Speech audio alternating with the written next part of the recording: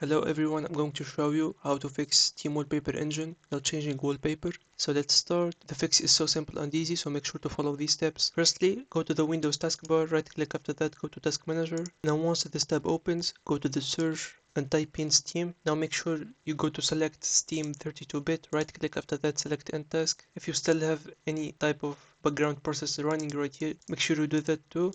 After that, make sure to open the Steam launcher once again.